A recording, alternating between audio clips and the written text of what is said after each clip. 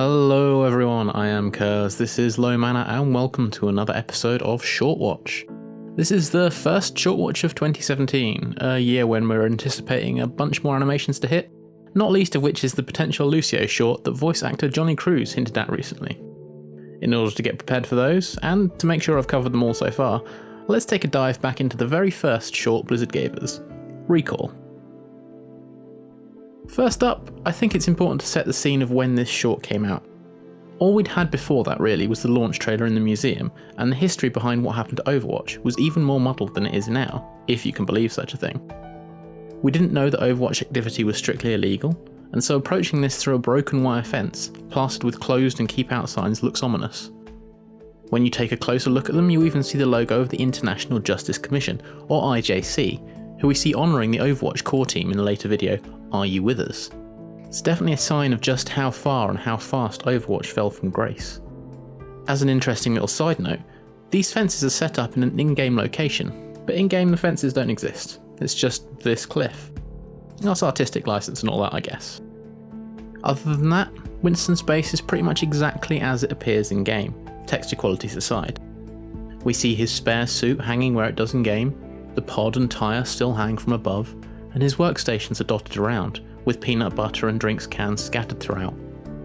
All told, this looks like somewhere Winston has been holed up in for a good while now, and considering chronologically this is possibly the earliest of the shorts, I'd reckon that he's been there at least a year by the present day, probably a lot longer. At this point, as I said, he's well settled though, having seemingly already repaired and re-established the Overwatch satellite comms network, or at least the core of it, and is working on what is now one of his signature devices, the shield generator.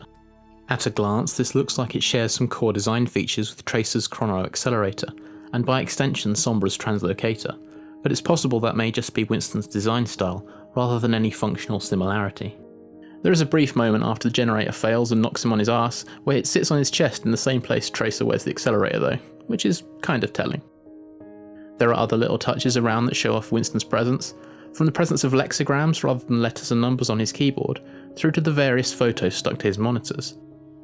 I've looked into the larger graduation one recently in the lore report, which you can check out here, while the others feature Winston and Tracer at some unknown time, Mercy and Torbjorn captured during this moment in the Junkenstein Halloween comic, and finally a picture of Winston along with his mentor, Dr. Harold Winston. He's motivated to look at these as he reminisces on the days where he was happy with his friends and colleagues in Overwatch, feeling angry, sad and helpless at the fact there's so much trouble in the world while being banned from doing anything about it. This was the first time we were introduced to the Petrus Act, named for art director Bill Petrus, introduced by the IJC and UN after the fall of Overwatch, and rendering any and all Overwatch activity illegal. In their absence, Atlas News covers a wide range of problems, from the headline story of the second Omnic crisis raging in Russia, with over 15,000 dead so far, although randomly if you look at the graph these numbers are scattered worldwide, which is really odd, but it's a story we'd later pick up on in the background of Infiltration. There's Lumerico completing the Dorado power plant, which has some vague timeline questions, but again, something we'd spend months of 2016 poring over with the Sombra IRG. And there's protests in London, and, in the Spanish version at least, a voiceover line mentioning Mondata giving a speech hinting at the events of Alive and Beyond.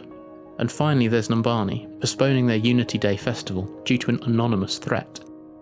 Everything else on this news stream was a hint, so it makes sense this would be too. Only question is, was it for the museum heist, or a as yet unseen Doomfist teaser? What are your thoughts on this?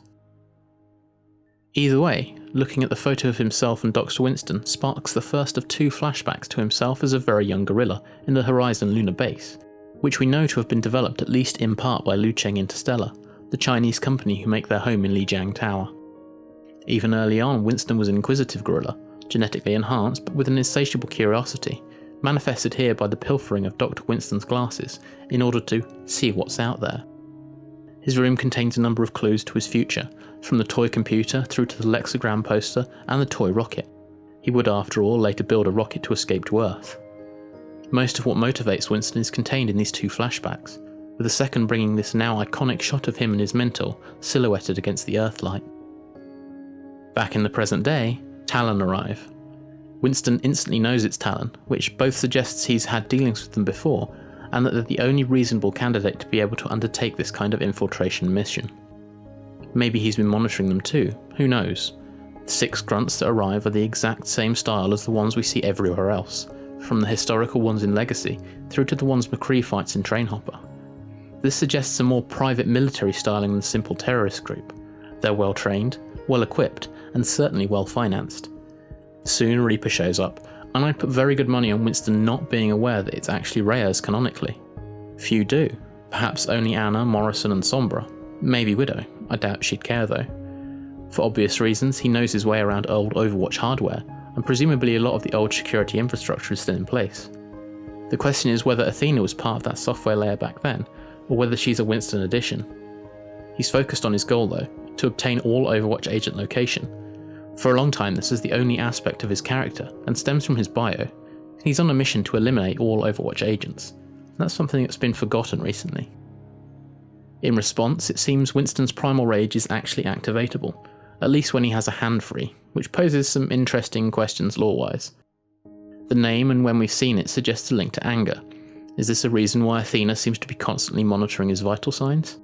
Another case of a scientist saying, "You wouldn't like me when I'm angry, maybe." And he's definitely a scientist, never a monkey.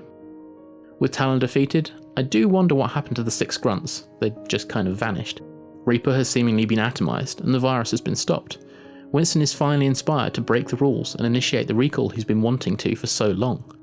When he does, we got our first glimpse of a bunch of extra agents, most of whom are still nameless even now, though we have at least since seen Kimiko and Mirembe elsewhere. We also get the locations of some of the famous ones.